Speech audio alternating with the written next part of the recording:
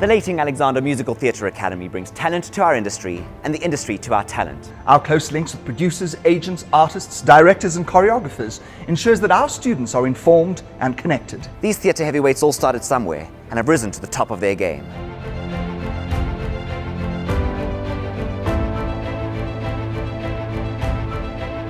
He's one of South Africa's most versatile and popular musical supervisors and conductors, working in just about any style that the genre can throw at him, from The Sound of Music to The Phantom of the Opera, chess to Beauty and the Beast. Renowned for his wonderful rapport with performers, he's every musical theatre actor's go-to man. We caught up with him on the set of Matilda in South Africa. This is the Lampter Lowdown with Louis Zurnane. You literally jump from one international musical to the next as musical supervisor or director. What skills are necessary for a person in your position? I suppose being able to read music, for one. Having a knowledge of instruments really helps, which is something I didn't really have when I started off because I played piano.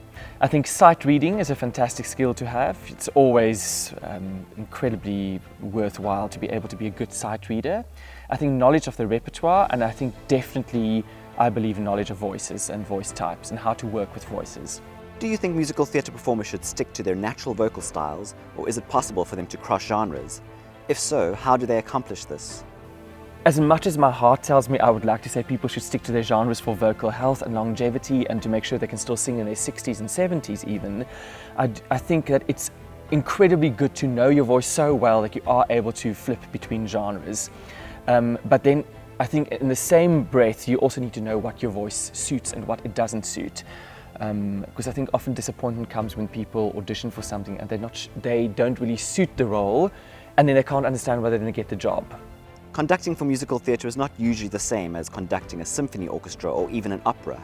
What makes it different? The first thing probably is the response time from the players, because classical players in a symphony or an opera can play a split second after your beat. Whereas in musical theatre we pretty much accept for players to play on our beat, which is always something that orchestral musicians have to get a little bit used to when they enter into the world of musical theatre. I suppose also the technology we use is slightly different because we use an amplified sound, whereas in opera and symphony they don't. It's completely acoustic. So we rely on sound people, we rely on a sound desk, on microphones, etc. Besides the obvious vocal ability, what else do international musical supervisors and directors like yourself look for in the audition room? Prep. It's obviously very important, especially because often I see people being disappointed when they are stopped in the middle of a song.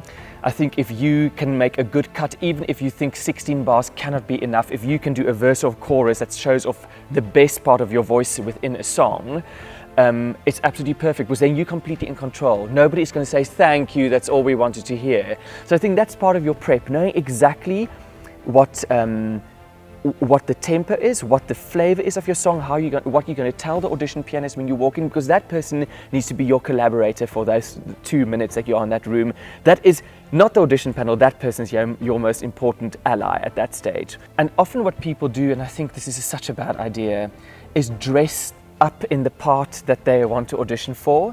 And I can completely understand the psychology behind it, because it means that in your mind you are determined that people should see you in this role. But what it also does is, for an audition panel, it makes you not see that person in any other role, which actually cuts your chances by more than half sometimes, because sometimes you come in, somebody who has supervised the show for absolute years can hear that your voice doesn't suit the role that you think in your mind suits that role that you now want to audition for. They can hear you in 4 other roles in the show, but because you're now dressed as that part, there's all of a sudden a mask up. All of a sudden they can't really imagine you doing anything else. And I think often people shoot themselves in the foot when they are so bloody minded about what role it is that they should audition for. From your perspective as an MD, what should students studying musical theatre ensure they are learning in their courses in order to be industry ready by the time they graduate? Personally, from a music point of view, I think it would be wonderful if more people learn music theory.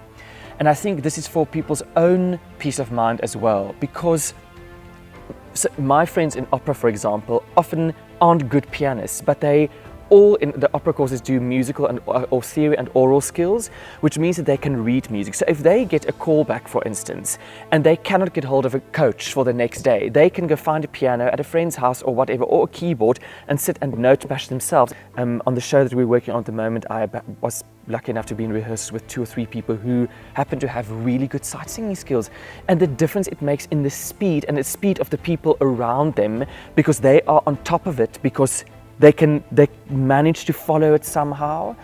So I think music theory is really underrated. There are really few people in our industry who can read music, and I think it would be one of the most wonderful things. I think it's one thing where we are still behind, for instance, the West End, because I do believe that more people there actually read music or have a knowledge of at least musical notation than we are actually aware of.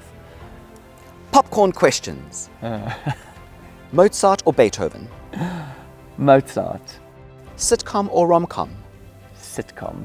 Fame or fortune? Fortune, maybe. Window seat or aisle seat? Aisle, definitely. Night owl or early bird? Night owl. Pinotage or Pinot Noir? Pinot Noir.